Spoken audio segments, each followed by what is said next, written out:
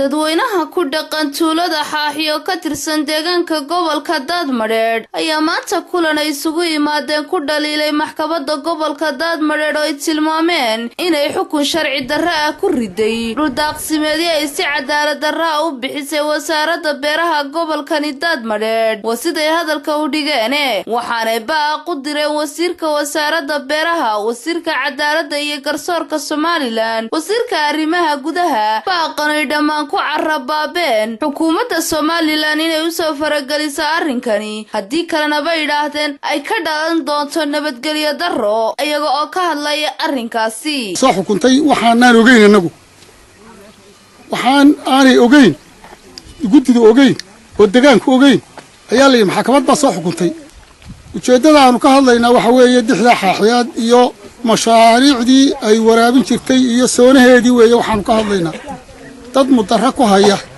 oo ku soo duulay ayaanu mushtaki ka nahay maxkamad baa hana laga soo gaadho intaan isku dhac aanu imanin waxyaalo hana laga soo gaadho xukun ay riday maxkamadda Oodweyne iyadoo raacday go'aan wasaaradda beeruhu ay soo saartay oo baadil ah oo ka hadlaya dixda soo gasho dooxa soo gala Xaaxi dooxa soo waraabiya beeraha Xaaxi iyo kuwa ka shisheeya ee Cabdi Faarax dooxaasi waxa weeyaan danguud waa wax danguuda shakhsina lama siin karo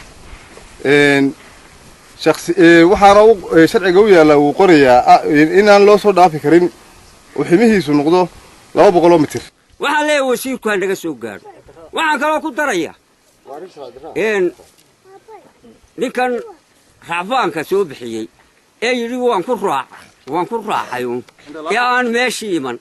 أي إخوان شو إيمان حياض وإيمان ماشي حكم كذا لها وإيمان. أي جدو إيمان. أي هيرمان وإيمان. أي أنا ريال وإيمان. أي روان كرّاع حيون. برعيد سوى شوقه. وأنا دلعان.